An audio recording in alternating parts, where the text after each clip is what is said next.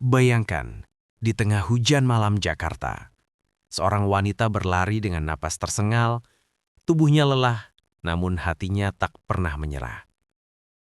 Ia bekerja di 3 tempat, demi satu hal, putrinya yang sekarat di rumah sakit. Tapi takdir berkata lain. Saat tubuhnya hampir jatuh di bawah lampu jalan, seorang pria berhenti. Pria yang tak pernah tahu apa itu kekurangan. Namun malam itu, hatinya tersentuh. Siapa sangka, pertemuan di bawah derasnya hujan itu akan mengubah segalanya.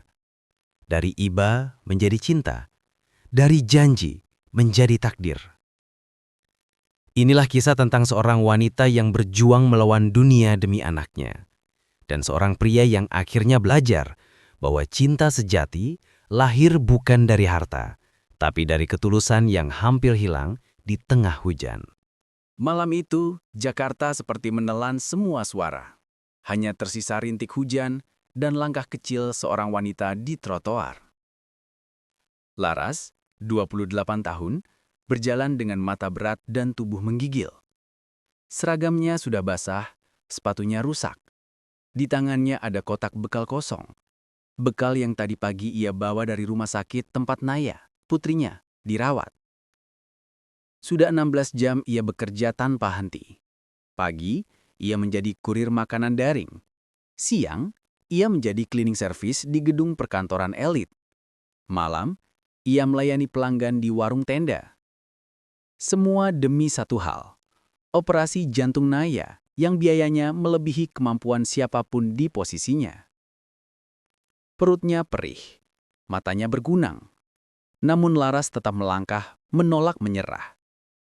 Tapi tubuh punya batas. Ketika hendak menyeberang jalan, pandangannya tiba-tiba gelap. "Jangan, aku harus ke rumah sakit itu." Itu kata terakhirnya sebelum tubuhnya roboh menghantam aspal basah.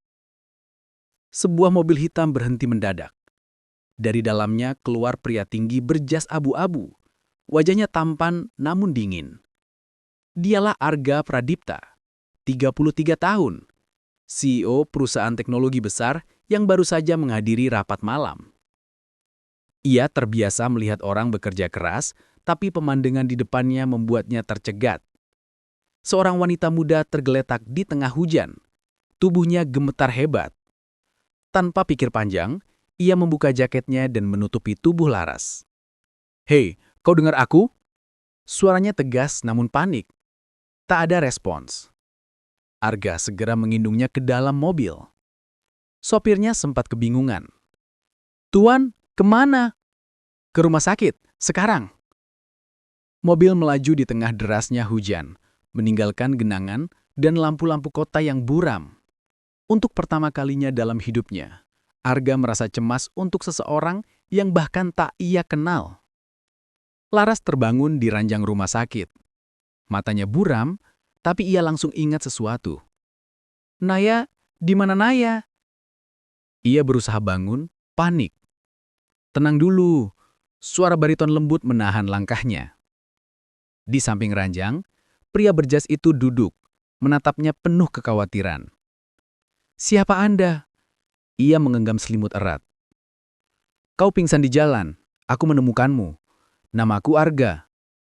Laras menunduk malu. "Maaf, saya merepotkan." Arga mengeleng. "Kau tidak merepotkan siapapun. Tapi kenapa kau bisa sampai seperti itu?" Pertanyaan sederhana itu membuat Laras menangis seketika. "Anak saya sakit jantung. Saya harus bekerja di 3 tempat. Saya takut tak sempat kumpulkan uangnya." Air matanya mengalir tanpa henti, membuat Arga terdiam lama. Dalam bendaknya, muncul rasa iba yang tak biasa. Rasa ingin melindungi. Beberapa hari kemudian, Arga mengunjungi rumah kontrakan kecil Laras. Ia ingin memastikan wanita itu sudah pulih. Namun, saat sampai di sana, yang ia lihat membuat hatinya bergetar. Laras tengah mencuci baju di ember, sambil sesekali memeriksa telepon genggamnya yang retak, menunggu kabar kondisi Naya. "Laras!" Suara Arga mengejutkannya. Ia menoleh cepat. "Tuan Arga, maaf, saya tidak bisa jamu dengan layak. Saya harus kerja siang ini." "Kerja lagi. Kau baru keluar dari rumah sakit 2 hari lalu? Tegur Arga. Saya tak punya pilihan, jawabnya lemah. Kalau berhenti, tak ada biaya rawat anak saya. Arga terdiam. Dalam hati, ia berjanji. Wanita ini tak boleh terus begini. Arga menepati janjinya. Ia datang ke rumah sakit tempat Naya dirawat. Begitu melihat bocah kecil berusia 6 tahun itu, Arga langsung tahu, inilah alasan Laras bertahan hidup. Naya tersenyum walau wajahnya pucat. Om siapa? Tanyanya lembut. Teman mama, jawab Arga sambil tersenyum.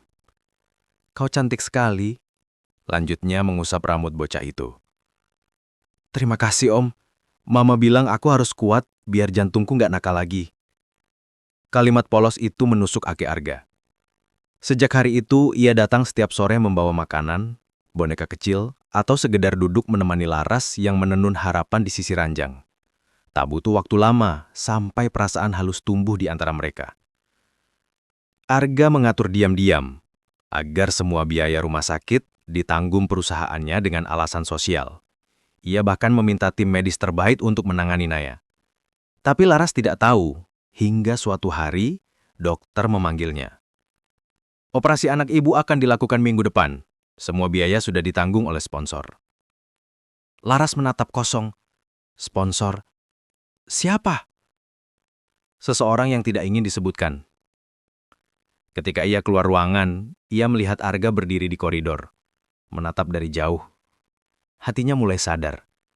Mungkin dialah orangnya.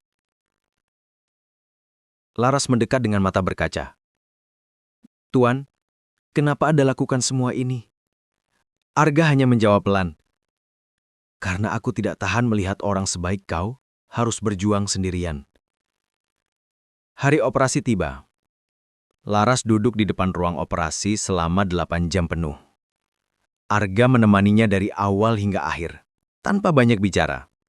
Hanya diam, memegang tangan Laras yang gemetar. Ketika dokter keluar dengan senyum lega, dunia Laras runtuh.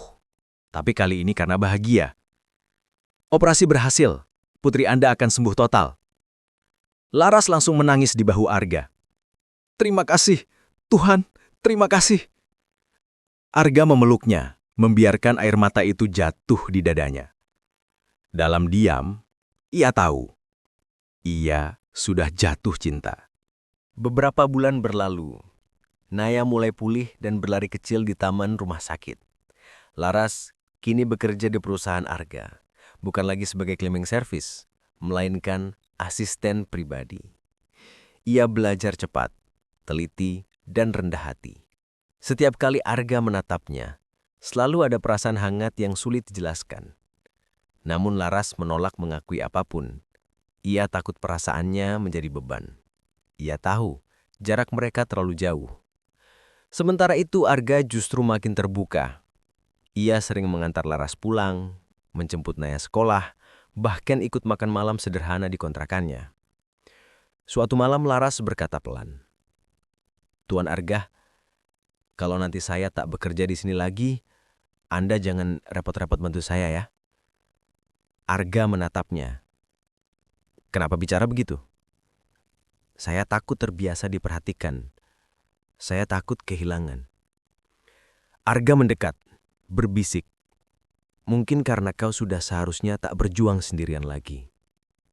Suatu hari muncul kabar miring di kantor.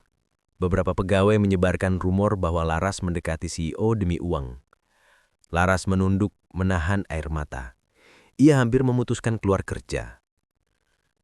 Ketika Arga tahu, ia langsung mengumpulkan semua karyawan. Kalau kalian berpikir wanita ini naik jabatan karena belas kasihan, kalian salah besar, katanya tajam. Dia lebih bekerja keras daripada siapapun di ruangan ini. Dan kalau ada yang merendahkannya lagi, mereka akan berurusan langsung denganku. Ruang itu hening. Laras menatap Arga dengan mata berkaca. Setelah semua orang pergi, Arga berkata pelan, Kau tak perlu malu lagi. Aku di sini bukan karena kasihan, tapi karena aku mencintaimu. Beberapa bulan kemudian, Naya sembuh total. Arga datang ke rumah kecil Laras membawa bunga dan cincin. Di hadapan garis kecil yang kini berlari riang, ia berlutut. Laras, aku tahu hidupmu penuh luka dan perjuangan. Tapi izinkan aku menemaninya dari sekarang. Laras menangis, menutup mulutnya. Tuan, aku tak pantas. Arga senyum, menggenggam tangannya. Pantas atau tidak bukan soal harta. Kau membuatku belajar apa arti cinta yang sejati. Di belakang mereka, Naya berteriak kecil. Mama, Om Arga lucu banget. Terima aja, Mah. Suara tawa kecil itu menjadi saksi awal dari bab baru kehidupan mereka. Laras akhirnya mengangguk, menatap Arga dengan mata penuh cahaya. Baiklah, tapi janji ya, jangan pernah tinggalkan kami. Aku janji, selamanya. 2 tahun kemudian, Laras berdiri di balkon rumah barunya. Naya berlari di halaman bersama Arga yang kini sah menjadi ayahnya. Ia tersenyum, memejamkan mata. Dulu ia hampir kehilangan segalanya di tengah hujan. Kini, hujan tak lagi menakutkan. Karena di balik hujan itu ia menemukan cinta, perlindungan, dan janji yang abadi.